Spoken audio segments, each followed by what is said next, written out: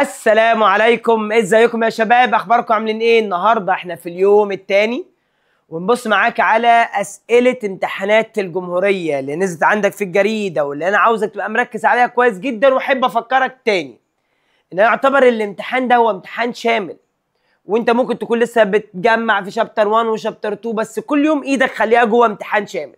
افتكر معايا، عندك الدنيا عاوز تبدا تحلهم تاني في اخر يوم، تمام، بس امتحان شامل عشان ينشط الدماغ كده كلها ويلم لك المنهج بعون الرحمن. يلا بينا. السؤال الاول: the diagram show a part of closed circuit which show in a figure. انهي closed path من دول بيبقى يديك الايكويشنيه دي؟ انا عاوزك بس تتوقع ان الايكويشنيه دي ممكن تبقى عباره عن كي في ال ودخلنا فيها كي سي ال، او ممكن تبقى كي في ال بس لوب. يعني هنجرب ونفكر كده مع بعض. اللوب ده فيه اي 1 واي 2. لو احنا خدنا اللوب ده كده، وانا همسك واحده واحده كده معاك ونشتغل عندك على كل لوب لوحده. اللوب ده كده اهو، بلس نيجاتيف نيجاتيف بوزيتيف نيجاتيف بوزيتيف، وهنشتغل اللوب دوت واحنا ماشيين كده اهو. يلا، اللوب الاولاني فانا اقول نيجاتيف 30 ونيجاتيف 6 يبقى نيجاتيف 36. ممكن اوديها الناحيه الثانيه تبقى 36 على طول. يبقى هنا ايه؟ بوزيتيف 6 اي 1، والانترنال دي عادي تتعامل معاها كانها قرايه عادي جدا، قرايه بوزيتيف 2 اي 2. ركز كده معايا، 6 اي 1 بلس 2 اي 2 ايكوال 36. هل دي هي دي؟ فالواحد يقول هقول لا دي مش دي. طب ممكن تبقى عملنا لها سمبليفاي مثلا. انا لو عملت كل الايكويشنات دي كلها ديفايدد 2، لو عملت كل ده ديفايدد 2، 6 ديفايدد 2 بقت 3 اي 1 بلس 2 اي 2 على 2 بقت اي 2، و36 على 2 تبقى 200. لا، الايكويشنايه ديت مش هختارها خالص. تعال نبص على اللي جنبها. بس اللي جنبها دي يا مستر فيها اي 1 وفيها اي 3. مستبر. طب نيجاتيف 30 زائد 6 نيجاتيف 30 نيجاتيف 6 تبقى نيجاتيف 36، تروح الناحيه الثانيه تبقى 36 ايكوال بوزيتيف 6 اي 1 6 اي 1 بلس 2 اي 3. لا يا مستر دي اي 2. ما انا هو ده اللي انا جاي اقول لك عليه. ما انت خلي بالك ان اي 1 بلس اي 2 بلس اي 1 بتدي اي 3. اي 2 بلس اي 1 بتساوي اي 3. يعني ايه؟ يعني طالما الايكويشنات كلها اي 1 واي 2، انت ممكن تشيل اي 3 تكتب بدالها اي 2 بلس اي 1، تبقى عامله كده 6 اي 1 بلس 2، شيل اي 3 واكتب ايه؟ اي 2 بلس اي 1 ايكوال 36. هيبقى 2 اي 1 و6 اي 1 يبقى 8 اي 1 بلس 2 اي 2 ايكوال 36. هتنفع؟ ما انت لو عملت ديفايد 2 برضو الناحيتين برضو مش هتيجي كده. انا اطمنت ودي لا. يلا نشوف دي انا وانت. بسم الله. 6 اي 1 برضو نيجاتيف 30، بس دي نيجاتيف 30 بلس 6 تبقى نيجاتيف 24، تروح الناحيه الثانيه تبقى ب 24. بعدين 6 اي 1 6 اي 1 بلس 2 اي 3، واي 3 اشيلها واكتب بدلها اي 2 بلس اي 1، يبقى ادي 6 اي 1 بلس 2 اي 2 بلس اي 1 ايكوال 24. 2 اي 1 و6 يبقى 8 اي 1 بلس 2 اي 2 ايكوال 24. طب بقول لك يا مستر، دي بقى لو اتعملت ديفايدد 2، لو انا عملت هنا ديفايدد 2 بقت 4 اي 1، وهنا ديفايدد 2 بقت اي 2، وهنا ديفايدد 2 تبقى ب 12. هل الايكويشنايه دي هي كانت كاتبها لنا هنا؟ 4 اي 1 بلس اي 2 ايكوال 12، يبقى الفاينل انسر الصح يبقى مين؟ سي. تعال نشوف السؤال الثاني. خد مننا وقت، مش ده السؤال اللي انا ابدا بيه امتحاني، انا عارف ان انا هجيبه بس هياخد مني وقت. جوه امتحانك مانج يور تايم كويس. ابدا بالاسئله الخفيفه اللي بتجيب الاجابه بسرعه، وبعد كده انهي بالاسئله تاخد منك خطوات، وبعد كده هيبقى لك وقت للاسئله اللي انت ما كنتش عارفها تعرف تفكر فيها وهتجيبها. تمام؟ انت مش لازم تبدا الامتحان بالترتيب بتاعه. طب the figure represent a part of electric circuit the ratio between قرايه الفولتميتر V1 على V2 5 على 2، يبقى Rx على Ry بكام على كام؟ طب صلي على رسول الله كده V1 على V2. V1 اللي بتساوي I في الار دي كلها RX و RX، تبقى RX على 2 صح؟ طيب RX على 2 زائد RY، RX على 2 زائد RY. السلام عليك. بس علينا في ايام المراجعه بقى بواحد ايه ده؟ نسكافيه بلاك.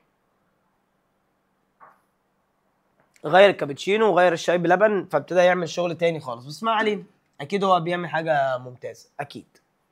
طيب ركز كده معايا بقى. الناحيه الثانيه اما V2 بتساوي I في RY بس، شلت الاي مع الاي صليت على رسول الله، صليت على رسول الله عليه الصلاه والسلام. طب V1 على V2 5 على 2 بتساوي RX على 2 بلس RY على RY. طب يلا نعمل كروس مالتيبليكيشن، نضرب 2 هنا و5 هنا، تبقى 5 RY ايكوال 2 في RX على 2 بلس 2 في RY، لان الاثنين دي ال2 ديت هتتضرب في الRX على 2 RY. شيل ال2 مع ال2 وادي الناحيه الثانيه تروح بالايه؟ بالماينس. 5 RY ماينس RY تبقى 3 RY ايكوال RX. 3 RY ايكوال RX. المطلوب مننا ايه يا شباب؟ احنا عاوزين نجيب RX على RY. طب خلاص RX على RY يبقى RX على RY هتساوي 3/1. ممكن وانت بتحل تحس انك ضايع، بس الاجابه الصح يا فندم 3 على 1. ماشي؟ شفت جبتها ازاي؟ اولا الفولتميتر ده الكرنت اللي ماشي هنا واللي ماشي هنا هو ما هو الكرنت اللي ماشي هنا كل دول سيريز، صح ولا لا؟ الفي 1 بيقرا اي في ار توتال. ار توتال ايه؟ ار اكس على 2 بلس ار واي. تمام؟ اما في 2 ده بيقرا اي ار واي بس، شلت دي مع دي وعملت الكروس وجمعت الار اكس مع الار اكس والار واي مع الار واي وعملت الريشيو بتاعتي. السؤال رقم 3. From the figure the ratio between I1 على I2 بتساوي كام؟ وهنا مسألة حلوة. وهنا بنقول إن في برانش السعادة. برانش السعادة ده لو خدته مع ده هيجيب لك I2 بكام؟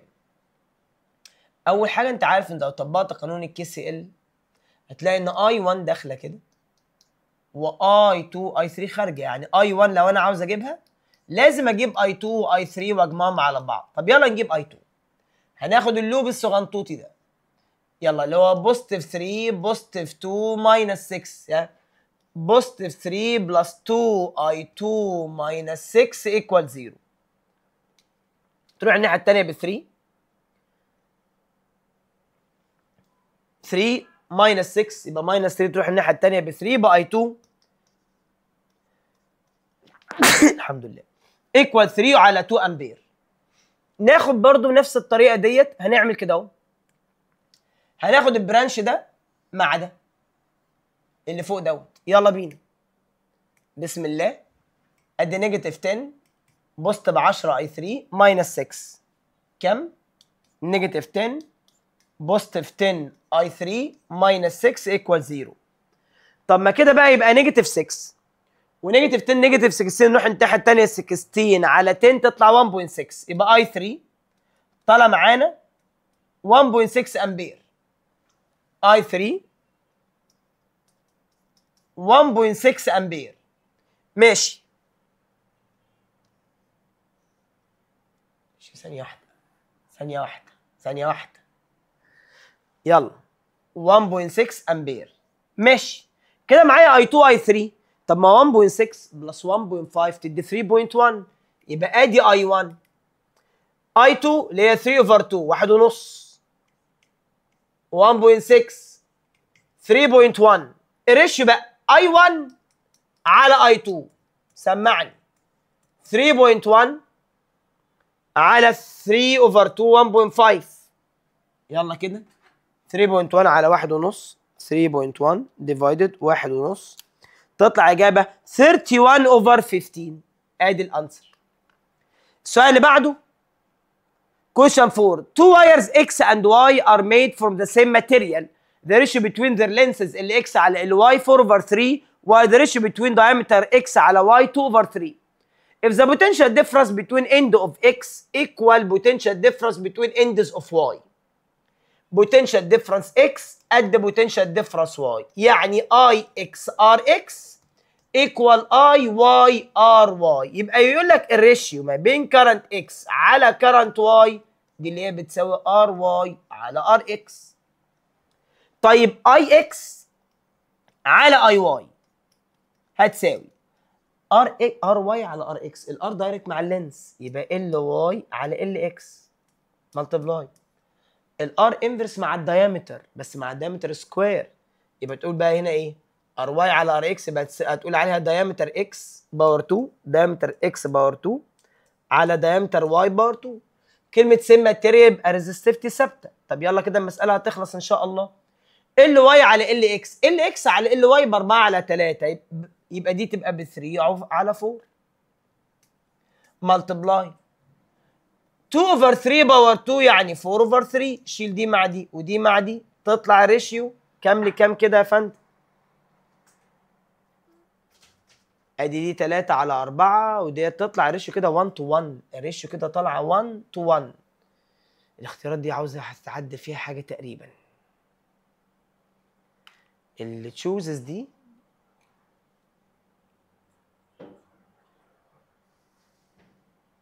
ادي كده. طب تعالى كده ركز معايا. ال واي ديت 4 3 تبقى 3 اوفر 4 صح؟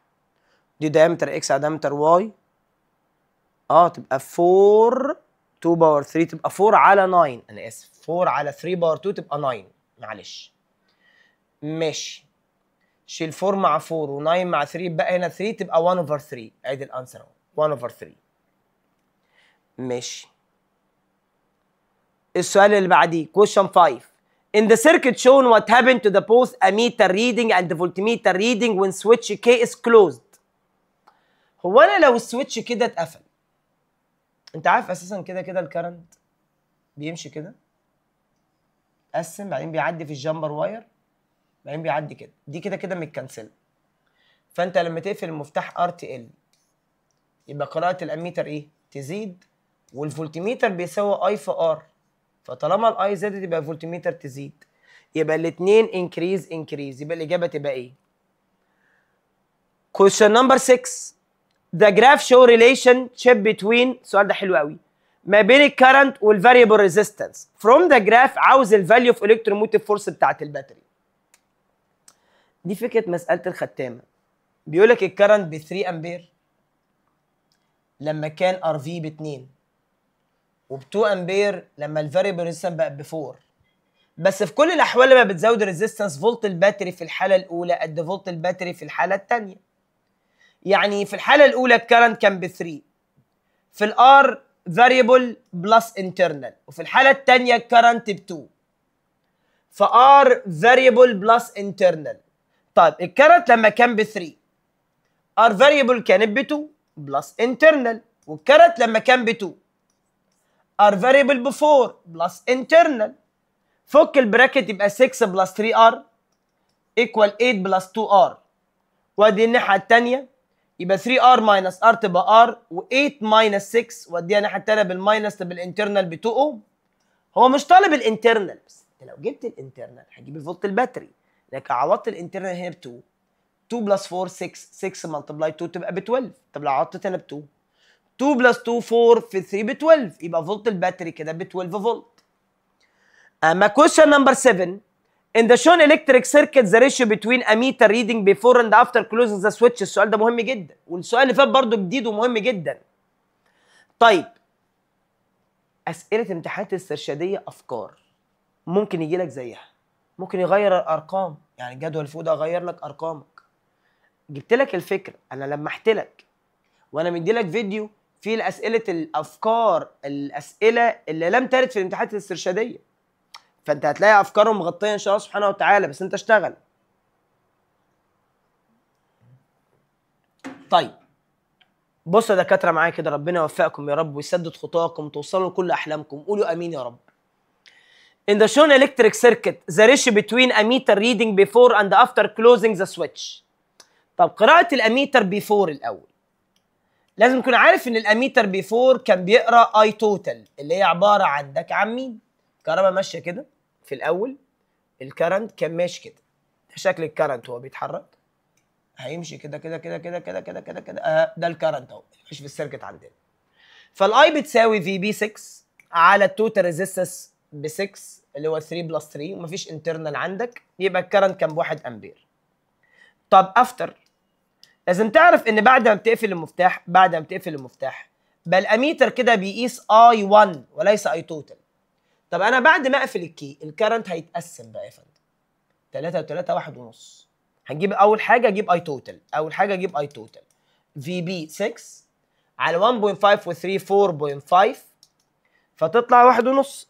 6 على 4.5 تطلع 4 over 3 امبير. ال 4 over 3 امبير دي هتتقسم كام يخش هنا وكام يخش هنا، اقسمها على 2 دول قد بعض.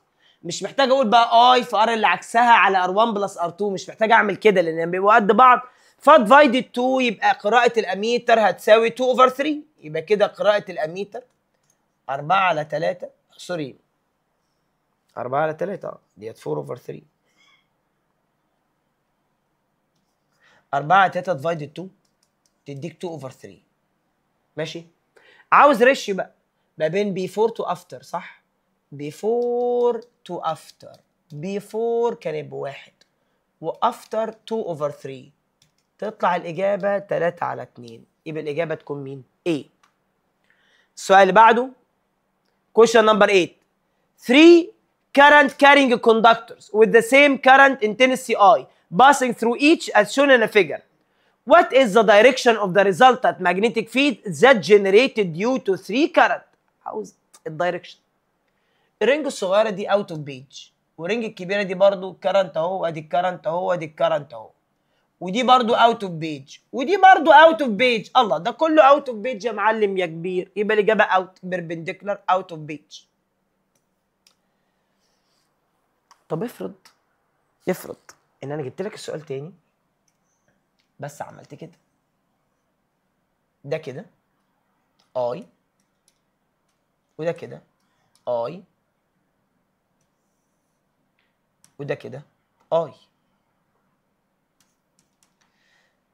ده هيبقى اوت وده اكس وده اكس. الكبير هو الرينج الصغيره. قول لي ليه؟ لان ده اصغر مسافه فيدي اعلى، فيبقى هنا الفيد هيبقى اوت. يعني في عندي اوت واكس. طب افرض ان ده اللي كان، يفرض ان الصغيره كانت كلوك وايز والاكبر بالشكل ده، يعني دي كلوك بتدي اكس ودي بتعمل اوت، والواير ماشي كده بيعمل اوت برضه.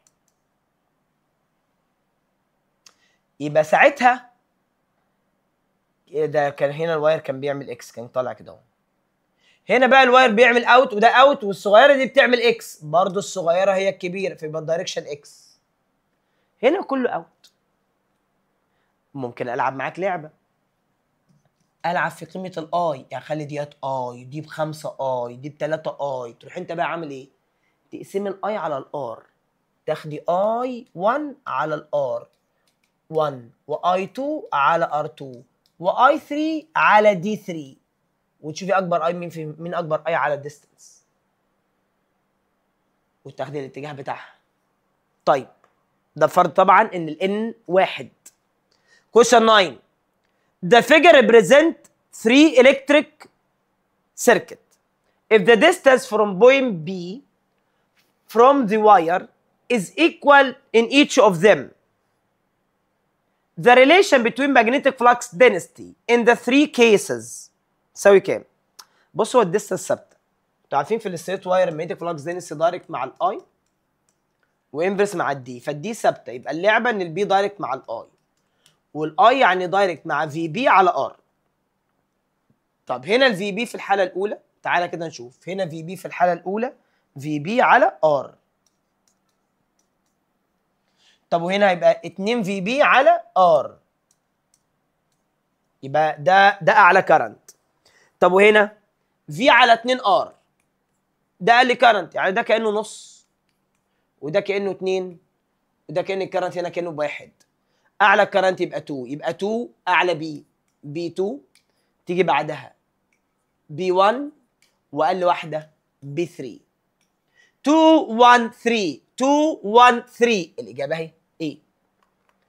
طيب السؤال اللي بعده straight wire carrying loop and solenoid carrying electric current as shown in a figure. The arrangement of the magnetic flux density at point x, y, z is A. تعالى بقى السؤال ده ونركز فيه بعد اذنكم.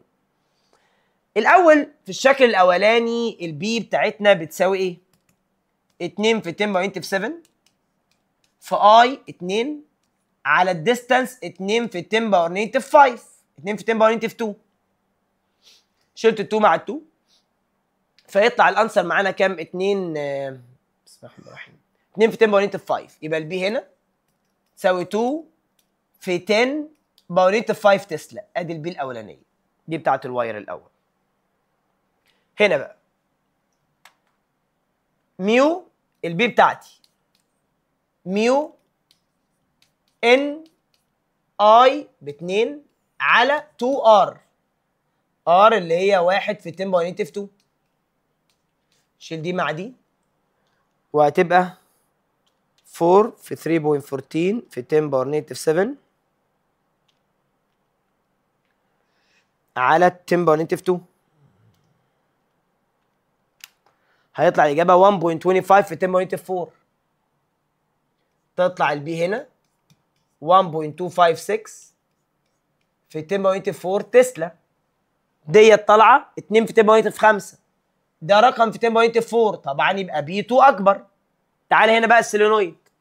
البي بتاعت السولينويد منيل ميو الان ب 8 والاي ب 1 على طول السولينويد 40 سم 0.4. 8 على 0.4 20 في الميو 4 باي في 10 باور نيجاتيف 7. هتطلع البي هنا بتساوي 2.512 في 10 باور نيجاتيف 5 تسلا. طب مين اعلى واحده هنا؟ اولا واضح ان بي 2 ديت هي القيمه الاعلى اللي هي البي عند واي دي اعلى واحده. طب 2.512 ولا 2 في 10 باور نيجاتيف 5؟ لا 2.5 اكبر يبقى بي بتاعت زد اكبر. ثم تاتي البي بتاعت مين يا فندم؟ اقل واحده بي اكس. واي زد اكس. اديني اختيار كده يا فندم. واي زد اكس. ادي الاختيار دي. ادي واي اعلى من زد اعلى من اكس. Question 11. The figure show two solenoids insulated from each other around the metal core. If the same type ماشي with the same number of the turns وعندك ان زي بعض وريزستيفيتي زي بعض each connected to electric source بnegligible internal resistance. حلو قوي. اذا كان واحد في بي 1 واحد في بي 2 if the magnetic flux density at the middle of each of them are equal. كمان البي بتاعتهم قد بعض بي 1 قد بي 2.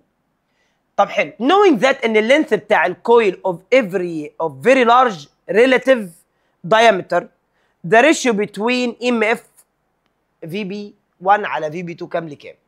ايه الكلام ده؟ ايش هذا الكلام؟ طب بقول لك ايه، انا احلى جمله عجبتني في كل الليله اللي قالها دي، احلى جمله عجبتني ان بي 1 وبي 2 قد بعض. يعني منيل قد منيل. ركز لي بقى كده معايا. هو قال لك في نص الكلام قال لك نفس النوع وقال لك نفس الان. طب بص بقى الاي بتتفك في بي على ار، فيبقى هنا اقول ايه؟ في بي 1 على ار 1 في ال 1.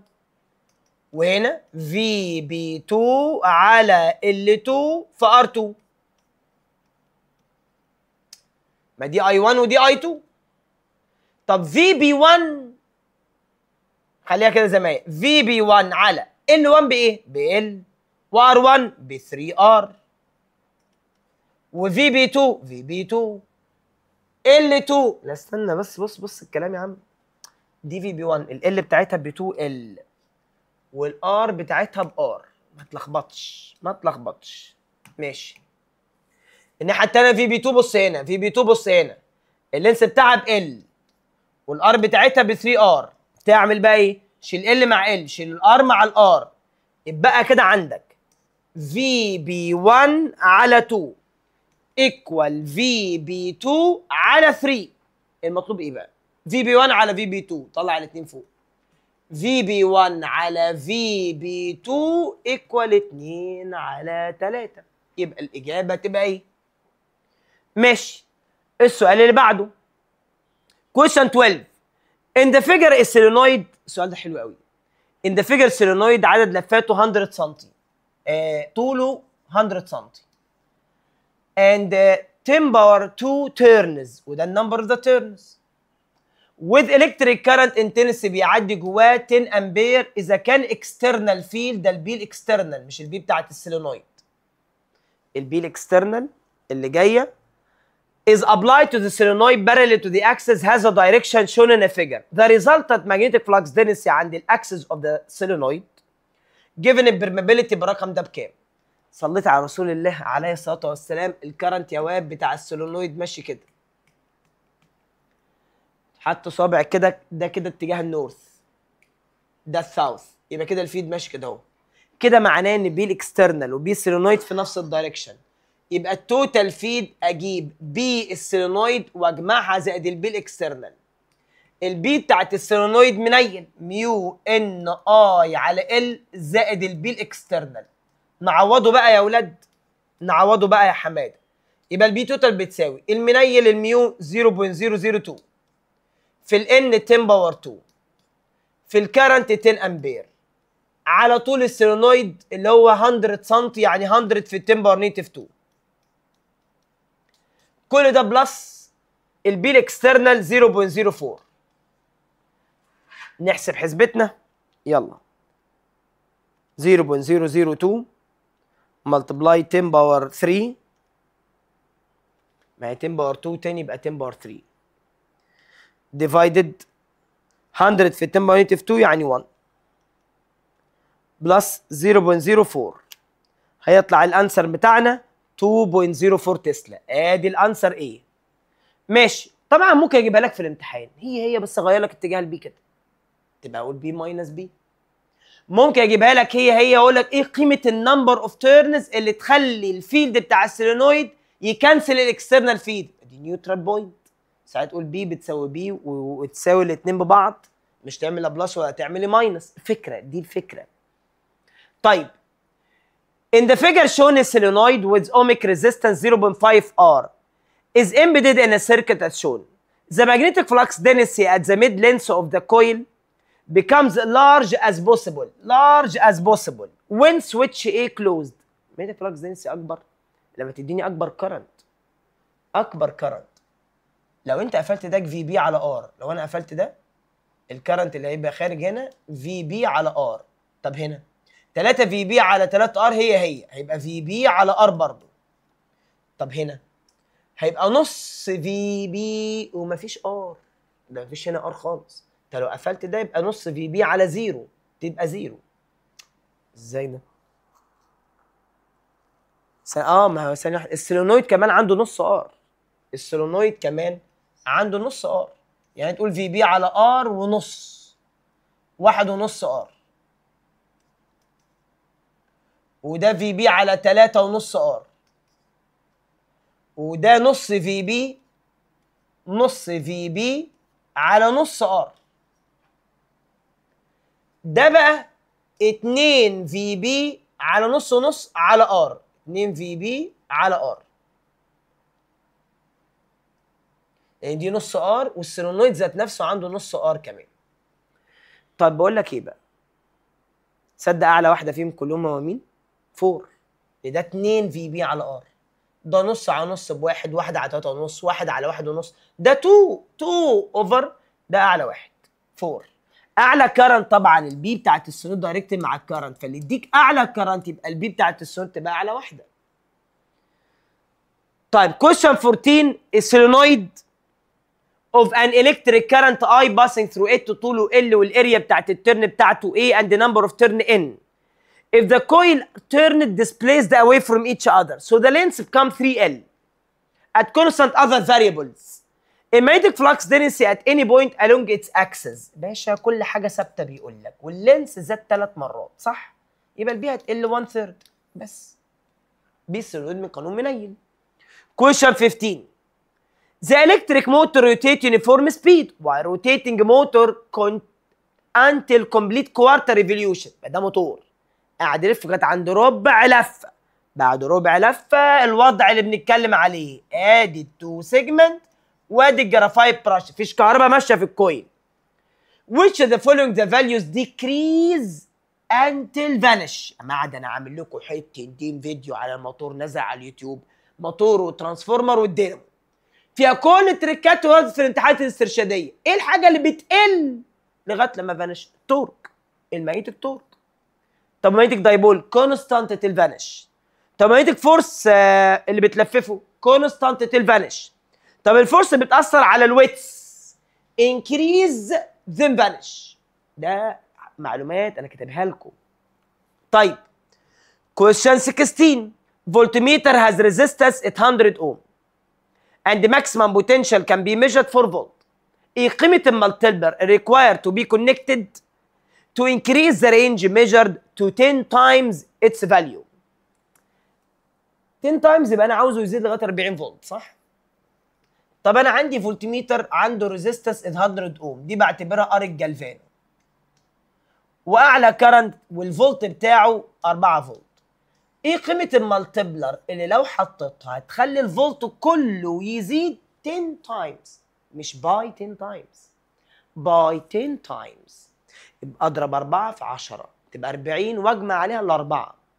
لكن انكريس تو 10 تايمز، تو 10 تايمز يبقى 10 في 4 يبقى كل ده بكام؟ ب 40. ايه قيمة المالتيبلر الريكواير تو بي كونكتد to increase the range عشان نزود الرينج بتاع الفولتميتر to 10 times الريزلت القرايه كان بيقيسها. هو بيقيس 4، طب 10 تايمز منه تبقى كام؟ 40. طب اتفضل بقى يا فندم كده، انت معاك الفي صح؟ على فكره يعني انا ممكن اجيبها على طول. على فكره لو عندي قاعده بتساوي في بتساوي ان في جي، قلنا ورا على السخان، يبقى ار ام بتساوي ان ماينس 1 من ار جي على طول. فواضح ان الفي ده 10 من ده صح؟ الفي بتساوي 10 من في جي، يبقى ار ام بتساوي 9 من ار جي، يعني 9 ملتبلاي 800 فيطلع بتساوي 7200 اوم، يعني 7.2 كيلو اوم. ده الاجابه. عاوز تحليها بقى بقانون ار ملتبلر بقى وتقولي في ماينس في جي على اي جي، فانت لازم تجيبي اي جي. يلا من هنا تقولي في اللي هي 4 على 800 تديك نفس الاجابه على فكره. يعني اهي ادي 40 ماينس 4 اوفر 4 على 800 هتدينا 7200 اوم اللي هي 7.2 كيلو اوم. بس ده طبعا قانون ورايا على السخان على السريع. طيب 17 برضه تاني، ايوه اكيد ده بنستخدمه في التشوز، بس ده اللي بستخدمه في المقالي، بس ده ممكن استخدمه في التشوز ويخلص معايا. لو الفي اضعاف من في جي انقص واحد اعرف ار ام بتساوي قد ايه من ار جي. 17 ده سؤال جديد برضه ورد في الامتحانات الاسترشاديه. ده shown graph represent relation between maximum range of measured for 2 ammeters I and reciprocal of 1 over RS that is connected to galvanometer resistance. طبعا يا شباب احنا الجراف ده خلاص حفظناه وصممناه. نقطه الانترسبت دي اسمها اي جي، والسلوب بيساوي في جي اللي هو اي جي في ار جي. المطلوب منك مين؟ ار جي 1 على ار جي 2. طيب السلوب بيساوي اي جي في ار جي، فانا لو جبت سلوب 1 وعملته ديفايدد سلوب 2 ده هيديك ار جي 1 على ار جي 2 لان الاي جي قيمه ثابته فهتتكنسل. طب وسلوب 1 tan 60 اللي هو روت 3 على tan 30 ده 60 ده 30 اللي هو 1 على روت 3 بتساوي ار جي 1 على ار جي 2 فتطلع بتساوي 3 على 1. السؤال اللي بعده question number 18. The diagram show emitter ring moving at uniform speed v in a direction shown and induce the current in a بيقول لك بقى ايه؟ in direction shown and induce the current in clockwise direction is generated at the moment لما الرينج بيتحرك خلال انهي بوزيشن؟ امتى تعمل كلوك وايز؟ انت وانت داخل كده الفلكس بيزيد نوعه اكس، هيتكون اوت، هيعمل فيد عكسه، فيمشي الكهرباء انتي كلوك وايز، يبقى ده لا. هنا مفيش اندكشن، هنا انت داخل على فلكس بيزيد نوعه دوت، فالفلكس لما بيزيد نوعه دوت بيتكون باك فبيعمل فيد عكسه اكس، فبيمشي الكهرباء اكس كلوك وايز. ادي يا عم سي، دي اساسا ما بيقطعش الفيد، هنا مفيش اندكشن في دي، فالاجابه سي. question number 19. السؤال ده كان جامد جدا في امتحان السادس، وغيروا الرسمه بتاعته عشان تكونوا عارفين في تعديلات حصلت فاتغيرت الرسمه بتاعت الامتحان. An inductive coil of negligible ohmic resistance is connected to DC source so that current passing through inductive coil from point A to B. في current بيعدي من A to B. أول حاجة current بintensity is an inductive coil 2 مايكرو أمبير بيزيد من 1 ل 2 0.5 في 0.5 سكند. طب تيجي نحسب الانديوزم اف. فالانديوزم اف عندك هنا ما تيجي تحسبه هتقول نيجاتيف ال 2 في دلتا اي على دلتا تي 2 ناقص 1 2 ماينس 1 على دلتا تي اللي هي 0.5، ف2 على نص 2 في 2 4 و4 ونص تبقى ب 8. نيجاتيف 8 ايه بقى؟ مايكرو فولت. انا طلعها بالمايك عشان ما حولتش دي مايكرو هنري، فاقول اللي طلعه ده اسمه مايكرو فولت. طيب اللي بعدها، طب كارنت انتنسي ان اندكتيف كويل لما يبقى السيلف اندكتنس ب 4 مايكرو كولوم بيزيد من 4 بيتغير من 3 ل 0. طيب يبقى هنا الانديوزم اف نيجاتيف 4 من 3 ل 0 يبقى 0 ماينس 3 على 2 يبقى نيجاتيف يبقى بوزيتيف 3 على 2 1 ونص في 4 تبقى 6 مايكرو فولت. طيب the current intensity in inductive coil بسيلف اندكشن 2 مايكرو هنري remain constant. طبعا لما الكرنت يبقى ثابت يبقى حضرتك الانديوزم اف بزيرو. طيب ده انديوزم اف 1، ده انديوزم اف 2، ده انديوزم اف كام؟ 3 4. The current intensity in inductive coil لما يكون السيلف اندكتنس 1 مايكرو هنري increases from 2 to 0.25 يبقى الانديوزم اف في حاله 4 هقول نيجاتيف ال اللي هي 1 في دلتا اي على دلتا تي اللي هو 2 ماينس 0 2 ماينس 0. مش الكرنت زاد من 0 ل 2 يبقى اخد اي 2 ماينس اي 1 اي 2 ماينس اي 1 على دلتا تي. خلي بالك انا شغال بقانون نيجاتيف ال دلتا اي اللي عباره عن اي 2 ماينس اي 1 على دلتا تي. فاي 2 ماينس اي 1 2 ماينس 0 على دلتا تي يعني كوارتر 0.25 4 2 تدي 8. طب دي برضو نيجاتيف كده 8 استنى دي 1 من 0 ل 2 وديت 1 على 4 تطلع فوق تطلع نيجاتيف 8 مايكرو فولت. اكتب بس من الارقام 2 ماينس 0 دي من 0 ل 2 هي اول واحده ديت اول واحده دي في غلط عندنا 2 ماينس 1 1 1 في 2 ب 2 2 على نص ب 4 دي نيجاتيف 4 مايكرو فولت. دي نيجاتيف 4 مايكرو فولت انا اسف. طيب كده يا فندم اعلى واحده خالص يوم كام؟ ده 6. خلي بالك بص ال6 اعلى من نيجاتيف 4 والنيجاتيف 4 اعلى من نيجاتيف 8 وكلهم دول اكبر من مين؟ من الزيرو. فيبقى عندك الاختيارات بتاعتك هتبقى عندك عامله ازاي؟ ادي V2 V2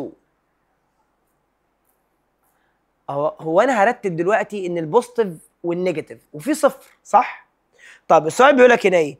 correct arrangement of the potential difference between ends from the highest voltage to lowest voltage in each of previous case. طب تعالى نقول كل واحده كده. V1 طلعت معانا بنيجاتيف 4 مايكرو فولت. نيجاتيف 4 اكتب بس اللي طلع معايا كده بعد اذنك.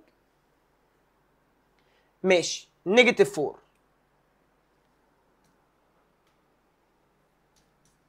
وفي 2 طالع معانا ب 6 مايكرو فولت، وفي 3 طالع معانا بزيرو، وفي 4 طالع معانا بنيجاتيف 8 مايكرو فولت. طبعا لو بالترتيب، لو انا ماشي بقى بالاشارات، الاشارات V2 اكبر من V3 لان ال 2 اعلى من الصفر. ماشي. النيجاتيف بقى، النيجاتيف 4 اكبر، يبقى V1 اكبر من نيجاتيف 8. يبقى هو بيلعب عندك في الارينجمنت، يبقى 2 3 1 4 2 3 1 4. فتبقى الاجابه تبقى مين؟ تبقى ايه؟ Question 20. In Faraday electromagnetic induction experiment, show diagram which of the following action increase the induced electromotive force. اللي ايه؟ بيزود الالكتروموتيف فورس at the moment moving magnet at the shown figure. بيزود. استبدل الكويل بواحد تاني عنده اقل نمبر؟ لا. ازود السبيد بتاعت الماجنت؟ صح. ريبليس الكويل بانذر وان بلارجر كروس سكشن اريا، الاريا لما تزيد الانديوزم اف تزيد. صح. الاجابه 2 و 3، الاجابه 2 و 3. ماشي. The diagram below shows the generation of induced current I in a loop of the wire resulting of an increasing أو decreasing magnetic flux density. mean diagram which of the diagram is not ايه؟ مين الدايجرام اللي الانديوزم اف بتاعه غلط؟ يعني هنا ايه؟ هنا المفروض البي بتزيد، صح؟ البي لما تزيد يبقى يا فندم ده البي اللي عمال يزيد، يبقى يتكون باك يمشي في العكس، صح ولا لا؟ والبي لما يمشي في العكس هيمشي الكهرباء كده، فدي مظبوطه، دي مظبوطه. انا عاوز حاجه مش صح، مش صح. طب هنا البي بتزيد، فالانديوزم اف اللي هتتكون تبقى عكسها، داخل تمشي الكهرباء كلوك، يعني دي صح. البي بتقل، هتعمل فورورد، والفورورد يمشي الكهرباء في نفس الاتجاه كده، فالمفروض الكرنت يمشي ازاي لما الفيد كده؟ يبقى كده، مش كلوك ده كده ماشي انتي، ده لا يمكن، الفيل داخل كده اهو، صح؟ فالمفروض برضو البي ده بيقل فيتكون فورورد زيه اهو، بس اتجاه الكرنت مرسوم غلط. دي الصح. طب دي الوحيده اللي مرسومه غلط. طب متاكد من دي؟ البي بتقل، هيمشي الفيلد كده فيمشي زيه، ويبقى كله صح ما عدا سي. كله صح ما عدا سي. والله سؤال جامد قوي. Question 22. In the electrical circuit shown in a diagram, the rheostat adjusted so that the lamp light up. What happened to the lamp brightness at the moment of opening a switch؟ السؤال المتوقع يجي. لما افتح المفتاح باي سيلف اندكشن، نتيجه بص يا جماعه، انت في عندك باتري، اول ما تفتح باتري منوره اللمبه، لما اجي افتح الكويل ده هيتكون فيه انديوزم اف بالسيلف اندكشن، فيتحول الى باتري، يروح مطلع كهرباء منوره اللمبه، يطلع كهرباء ينور اللمبه، بس هينور اللمبه مومنت وتطفي. بس يا باشا الانديوزم اف اللي بيتكون بالسيلف اندكشن ده اسمه فورورد، ده بيكون اعلى من فولت الباتري، ودي لقطه احنا درسناها عندك علميا في تجربه الالكتروماجنت، لما فتحنا المفتاح بتاع اللمبه عملت فلاش بفولت اكتر من الفولت بتاع الباتري. فهو جايب اللقطه دي، كويل هيتوصل بارلل مع لمبه، لحظه ما افتح المفتاح الكويل ده يتقلب بطاريه، يعمل فورورد انديوزم اف، وبيكون الفورورد اعلى من فولت الباتري، فالاجابه ان اللمبه ضغطها تزيد then vanish. طيب السؤال اللي بعده question 23. when a metal core placed inside solenoid where wire is double wounded before being coiled and the alternative current passing through the coil، يبقى انا خدت الكويل عملت له دبل ووندد، بعدين حطيت سوفت ايرون جواه، اكيد الايدي كارنت والبي فورمد ان اوبوزيت دايركشن. ايدي كارنت، مفيش ايدي كارنت اساسا، في ده هيكنسل بعضه. نو ثيرمال انرجي بروديوسد ان ميتال كور، مفيش ايدي كارنت. كانسل سيلف اندكشن. السؤال ده يا رائع. ذا دايجرام شو ايميتر رود اكس زد ويونيفورم بيتحرك بيونيفورم ماجنتيك فيلوسيتي في. So the induced EMF which generated between اكس زد. بصوا احنا هنقسمها حتتين. فليمنج رايت ده اتجاه الفيلوسيتي، ده اتجاه الفيلد، ده الدايركشن بتاع الكرنت، ماشي كده الكرنت. والانديوز ام اف اللي هنا بلف بي في 2 ال في في يبقى 2 بلف. والجزء ده الفيلوسيتي لفوق، الفيلد كده، الكرنت جاي كده في الجزء ده بيتحرك لفوق. ده الفيلوسيتي، ده الفيلد، ده الكرنت بايدك اليمين. بس هنا بقى الطول ال، بس البي 2 بي برضه الانديوز ام اف ايكوال 2 بلف. فتخيل كده 2 انديوز ام اف عكس بعض وقد بعض، فيبقى التوتال بيساوي كام؟ 0 يا ابو الابطال. Question number 25. The figure represents a simple electric motor whose coil plane is parallel to the direction. موتور والكويل parallel. Which of the following choice is correct? The reason for continued rotation after quarter cycle هو الانرشيا. والreason for rotation from this position سبب الدوران من وضع البارل المagnetic torque. فالإجابة هتبقى إيه؟ The figure represent an ideal. السؤال ده اللي كان جامد قوي قوي قوي قوي قوي. Figure represent ideal electric transformer when AC source is replaced by battery whose electromotive force is equal to effective EMF.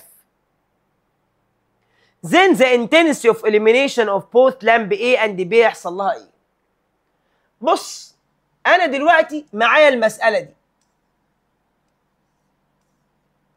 فانا ببص على الكويل دلوقتي وادي اللمبة وهحط الدي سي سورس، وادي الكويل وادي اللمبة وانا موصله بريزيستنس. الفولت اللي هنا قد الفولت اللي هنا. هنا احنا كان معانا ار والكويل ده ليه اكس ال. هنا في الكويل ده معانا ار بس. طيب هنا اللمبه دي كانت منوره عشان بيحصل ميتشوال اندكشن. الدي سي كارنت الفلكس ثابت، فلما يكون الفلكس ثابت يبقى دلتا فاي على دلتا تي بزيرو، وده ما يعملش اندكشن، فاللمبه هنا تبقى اوف. فبالنسبه لبي اللمبه هتطفي، بالنسبه لايه؟ اللمبه منوره نفس الاضاءه. لا، هنا كانت المقاومه عباره عن ار واكس ال اللي هي كنا بنسميها الامبيدنس. هنا بقى المقاومه في الحاله دي عباره عن ار بس، يعني التوتال ار قلت، يبقى الكرنت هنا ايه؟ زاد. ففي الحاله الثانيه اضاءه اللمبه ايه؟ مش زي ما هي ولا حاجه، دي زادت، يبقى ايه؟ هتزيد، لان هنا بتاثر بار بس، هنا بتاثر بار واكس ال. هنا اللمبه منوره عشان في ميتشوال اندكشن، هنا مفيش ميتشوال اندكشن، دي سي كارت ما بيعملش ميتشوال اندكشن، يبقى بي فانش وايه؟ هتزيد. فيبقى الاجابه الصح تبقى ايه؟ طيب question number 27. an AC dynamo مكتوب عليه 200 sin 18,000 t. its coil start rotation from perpendicular position, so the time needed to reach negative 100 volt للمرة الأولى. حبايب قلبي، واضح إن الماكسيمم فولت ب 200 وإن ال 100 دي نص الماكسيمم. ال 100 دي بنوصل لها مرتين بوزيتيف، بنوصل لها مرتين نيجاتيف.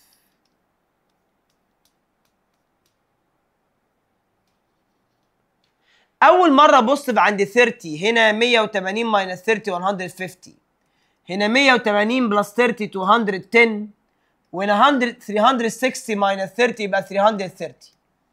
هو بيسال ايه هو الزمن الوصول لنيجاتيف 100 اول مره ستارت من وضع النورمال، لانه بالك بدات من النورمال. يبقى تاخد الثيتا بتاعتك 210 وتفكها لي 2 باي اف تي. ال 210 ديت اهي، وال 2 باي اف دي عشان كل دي بالديجري اهي موجوده قدامك 18000 تي. هات لي بقى التي 210 على 18000، شوف تطلع معاك بكام؟ 210 divided 18000 تطلع الإجابة 7/600. طبعا ممكن يقول لي نيجاتيف 100 تاني مره تشتغل بالانجل دي. بوزيتيف 100 اول مره يبقى 30. بوزيتيف 100 تاني مره يبقى 150. زائد ان في تريكات مهمه جدا جدا جدا انا قلتها في الافكار التي لم ترد في امتحانات الاسترشاديه نازله عندك على اليوتيوب لتشابتر 3. Question 28. The capacitance of the capacitor in resonance circuit doubled and reactant decrease 1/8 initial value. frequency يحصل لها ايه في الريزونانس فريكونسي؟ 1 على روت ال سي. بسم الله ال قلت 1/8 والسي زادت للدبل، فيبقى 2 في 1/8 1/4 تخرج بره روت هاف، يبقى الاجابه دبل. الاجابه ايه؟ Question number 29. A resonance circuit receive radio wave بفريكونسي اف. In order to receive a wave بفريكونسي 3F.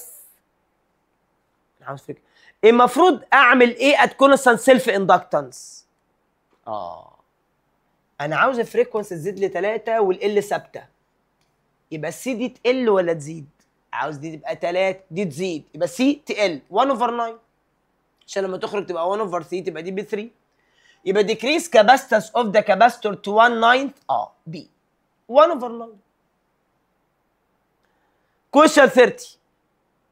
An AC circuit shown if the resistance of the coil and the source is negligible.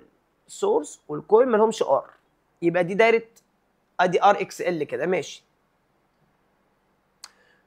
When switch is opened فين؟ the impedance when switch is open بيقول لك بتساوي زد 1، ولما السويتش كلوز بتساوي زد 2. يبقى زد 1 على زد 2 بكام؟ تيجي نحسب زد 1 في الاول كانت بتساوي ايه لما كان السويتش اوبن؟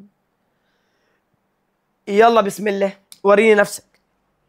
زد 1 وهو السويتش مفتوح، معانا ار ب 16، معانا اكس ال ب 5 واكس 4 ب 1، يبقى يلا الامبيدنس بتساوي سكوير روت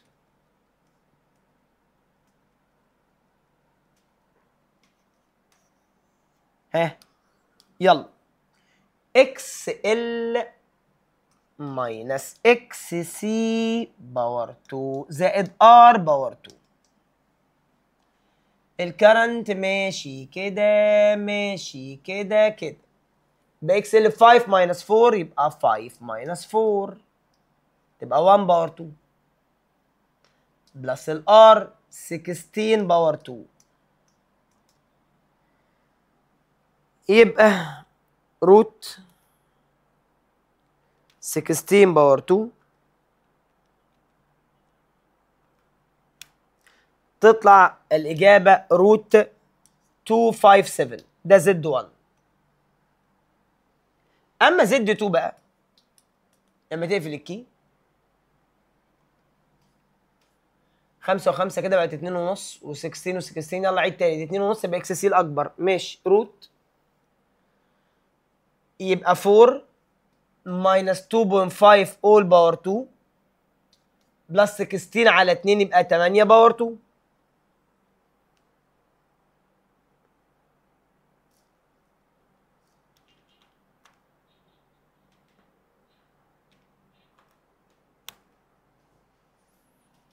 تطلع إجابة روت 265 divided 2. طب أنا عاوز ريش بقى ما بين امبيدنس 1 على امبيدنس 2. يبقى احنا كده هناخد روت 257 divided الانسر، فيطلع الانسر معانا 1.96 اللي هي ابروكسيميتلي يعني تبقى بتساوي كام؟ 2. يعني الاجابه هتطلع كده يا شباب، احنا خدنا دي على دي 1.96 وحتى بيقول لك ابروكسيميتلي ايكوال كام؟ فتكون ابروكسيميتلي ايكوال 2. ماشي. السؤال اللي بعده يبقى هي لعبه حسبه زد 1 وزد 2، ما فيهاش لعبه خالص. قانون، اكتب القانون بتاع دايره ار ال سي. In the shown electric circuit the reading of hot wire ammeter equal كام؟ اميتر الهوت واير اميتر بيقرا اي صح؟ واي افكتيف. فانت عندك عشان تقول اي افكتيف هتقول اي افكتيف في افكتيف على الامبيدنس زد. انا لو لاحظت هتلاقي اكس ال واكس سي قد بعض يا شباب، بدي دايره ريزونانس، يبقى الزد بتساوي ار. في افكتيف دي في ماكسيمم، فتاخد الماكسيمم وتضربها في ساين 45، والزد اخد الار دي زائد الار دي بلس 30. يلا كده معايا، يبقى 150 في ساين 45 divided 30 فيطلع الانسر 3.54.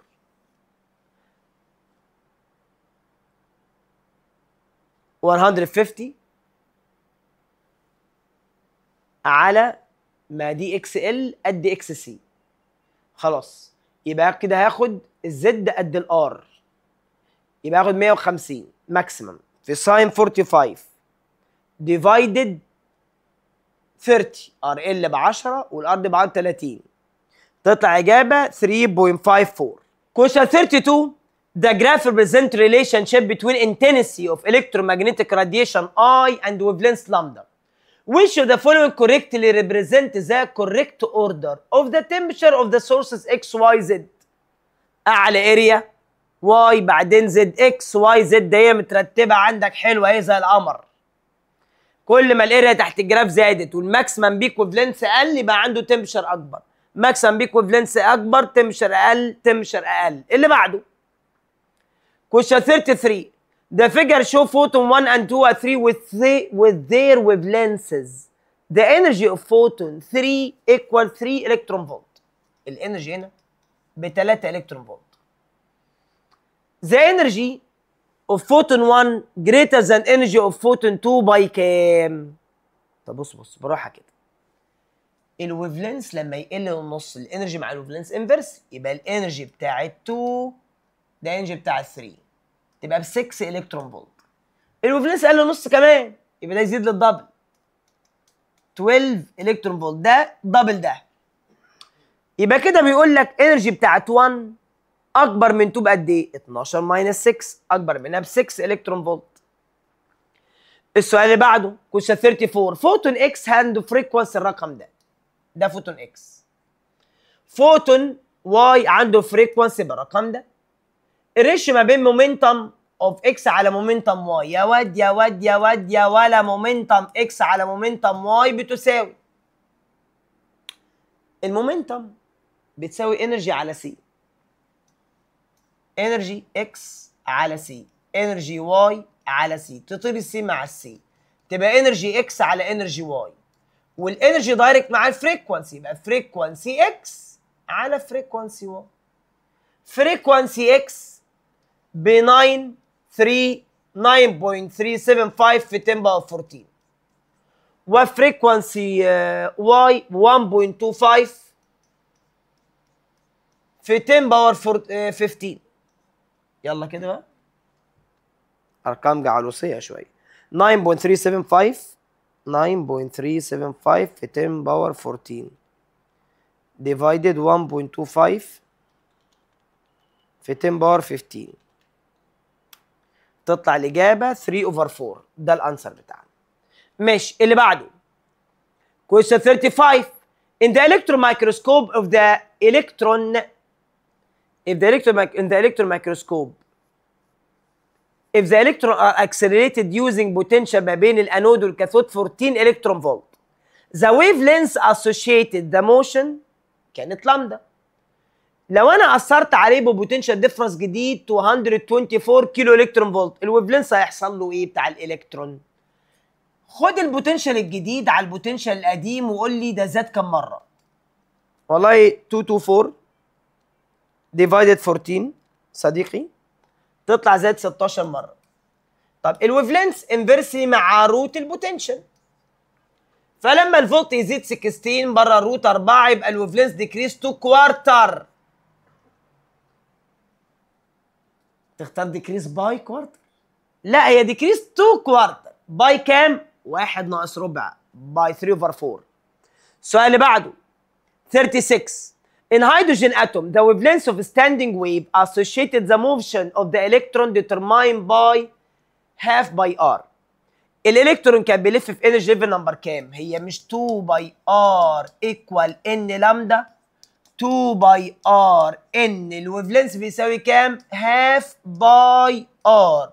شيل باي ار مع باي ار، ودي ال 2 بالكروس تطلع ال n بتساوي 4، فالالكترون كان بيلف في انرجي 4.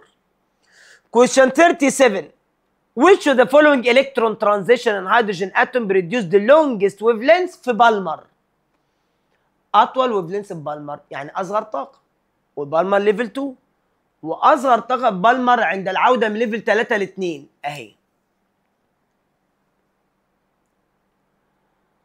The common feature between characteristic X-ray photon 1 و 2. الاثنين كاركترستيك. يعني طب الاثنين عندهم الاثنين فوتون عندهم نفس السرعه طبعا. Question 39. A point light sources locate at distance 2 meter from screen A and 4 meter from screen B. The light, The ratio between light intensity in screen B to light intensity in screen B مع اللايت intensity inverse مع السكوير اوف ديستانس.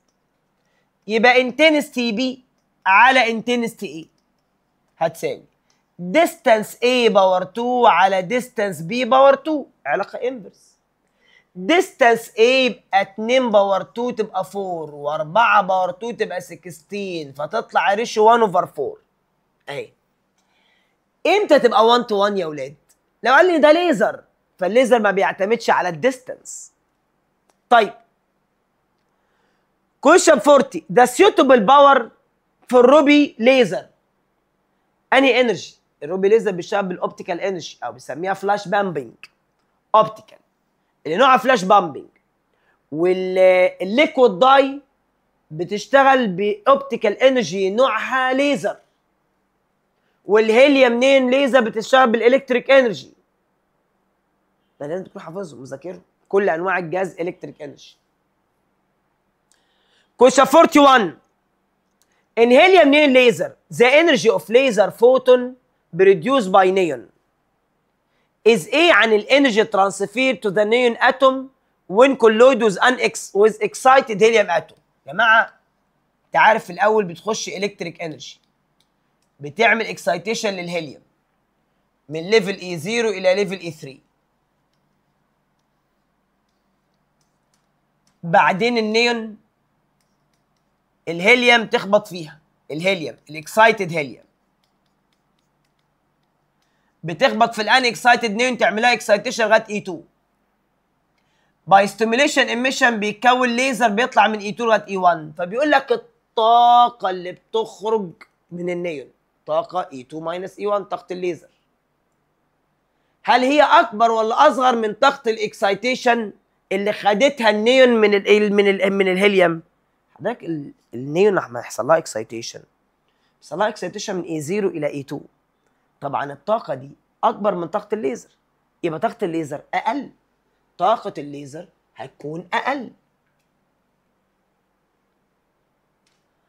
question 42. Two identical crystal A and B pure semiconductor. كريستال A عندها تمشر T1 and تمشر وكريستال B عندها تمشر T2 وT1 مثلما قال اعلى من T2.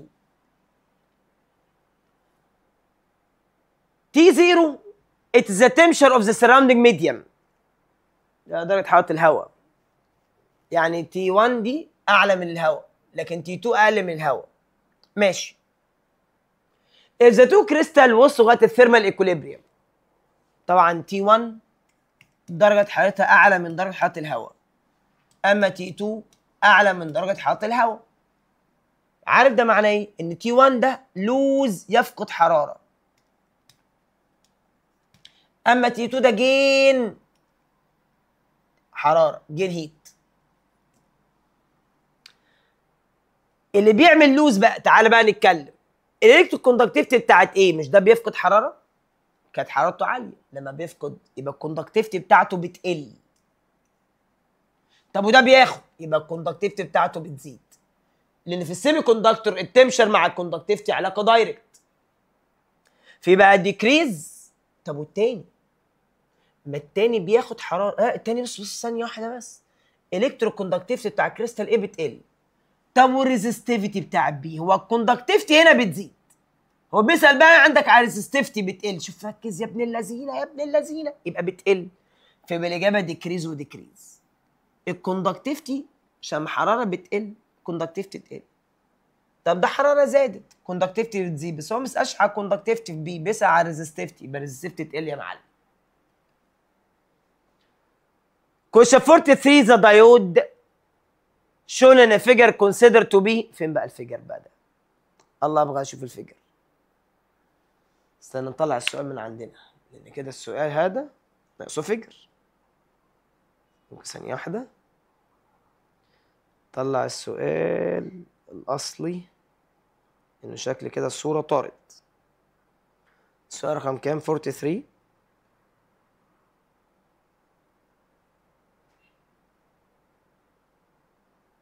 امم 43 السؤال نازل عندكم عامل كده. ده دايود اهو،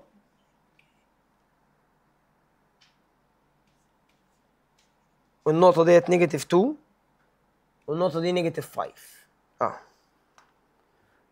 بص يا شباب معايا، طبعا النيجاتيف 5 أقل من نيجاتيف 2، يبقى دي كأنها الطرف النيجاتيف وده الطرف البوزيتيف. اللي عنده فولت قليل يبقى نيجاتيف، واللي عنده فولت عالي يبقى بوزيتيف. النيجاتيف 2 أعلى من نيجاتيف 5. كده أنت موصل النيجاتيف بالبي كريستال والبوزيتيف بالان كريستال، وده توصيل ريفرس باياز. يبقى كده الترانزستور كأنه في حالة إيه؟ أوف. يبقى الترانزستور دوت سويتش أوف. طيب question number 44 in the opposite circuit which of the following choice is correct؟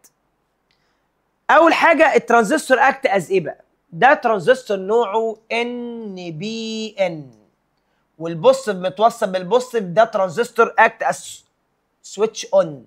سويتش أون يعني كلوزد كي، فيبقى دي لأ ودي لأ. طب ألفا إيه يا مستر بتساوي إيه؟ والله الألفا إيه بتساوي ألفا إيه بتساوي أي كوليكتور على أي إميتر. وأنا معايا أي كوليكتور بس ده أي بيز، أروح أجيب أي إميتر. اي اميتر هي اي كوليكتور بلس اي بيز، يبقى الفا اي بتساوي 72 اي كوليكتور على 72 بلس 3، يعني 72 على 75. يلا 72 divided 75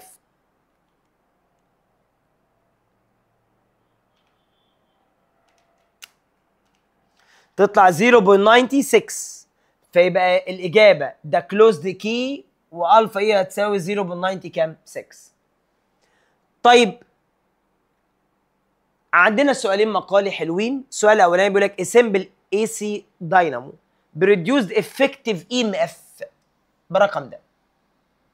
Find the average electromotive force in a dynamo that produce the effective. ده ممكن رقم مرتين. عاوز الافريج electromotive force خلال 1/6 cycle starting from perpendicular position. نقول له ثانك يو، نقول له ثانك يو. طيب مدينا حاجه ناقصه؟ مش مدينا حاجه ناقصه ولا حاجه ان شاء الله. بص اقول لك نعمل ايه. انت عارف اهم حاجه يكون معاك مين؟ معاك ايه ماكسيمم. تاخد الافكتيف 314 روت 2 وتعملها ده الافكتيف على ساين 45 1 على روت 2، تطلع فوق تبقى 628 فولت. ثيتا 1 لما بيبدا من وضع النورمال تبقى بزيرو، وثيتا 2 بتساوي 1 على 6 في 360 تبقى بتساوي 60. طب والان قال لك 1/6. يا سلام يا سلام. وعارف طبعا القانون اللي اشتغل بيه، الافريج بيساوي اي ماكسيمم على 2 باي. اللي بيقول لك ده مش شغالش بيه في المقالي بقول له ايه؟ قول له لا ازاي يا بابا، ده سؤال اشتغل بيه المقالي وابو المقالي كلها. الافريج بتساوي اي ماكسيمم 628 على 2 باي في كوساين ثيتا 2 كوساين 60 ماينس كوساين 0 على الان 1/6. يلا يا ابو الابطال، 628 على 2 باي في كوساين 60 ماينس كوساين 0 على 1/6 تطلع ايكوال 300 فولت. خلي بالك في نيجاتيف هنا، فيطلع الافريج بتساوي 300 فولت. السؤال اللي بعده مسألة أوميتر. The figure represents a diagram of ohmmeter scale measure unknown external resistance using data in the figure. Explain why ohmmeter scale is not uniform. الإجابة because إن ال I inversely مع R device plus RX. current واكتبها كده الكلام. current inversely to total resistance. inversely مع total resistance مش مع RX بس. طيب calculate the value of unknown external resistance اللي هتخلي الجلفانوميتر بوينتر deflect by 15 degree. شباب ثيتا الصغننة على ثيتا الكبيرة بدل اي على اي جي بتساوي ار ديفايز على ار ديفايز بلس ار اكس. ار ديفايز بقى بيقول لك ده الميد سكيل، وكلنا عارفين عند الميد سكيل بيبقى الار دي هي ار الديفايز دي ده معلومه اتعلمها في الاوميتر. ثيتا الصغيره قال لك 15 ديجري والكبيره 100 تساوي ار الديفايز 100 ولا 1000 سوري على 1000 بلس ار الانون. يلا كده نشتغل. 100 في 1000 يبقى 10 باور 5 بتساوي 15000 بلس 15 ار اكس، وادي الناحيه التانيه بالماينس يبقى 10 باور 5 ماينس 15000 ديفايدد 15 هيطلع ان الار الانون 566.67 اوم. ده الانون ريزيستنس بتاعتنا. ده كده الى هنا انتهينا حضرتك من حل الامتحان الجمهوريه الثاني. خلي بالك ده مش امتحان استرشاد الثاني، احنا مجمعين لك اهم الاسئله من الامتحانات الاسترشاديه وحطها لك دلوقتي. 46 سؤال هنا، كان 52 سؤال في الامتحان بتاع امبارح، فانت كده معاك كميه اسئله عندك، انت كده عديت تقريبا ال 100 سؤال. تمام؟ فيبقى معانا كده كميه اسئله حلوه. مش 100 100 الا مثلا سؤالين ثلاثه.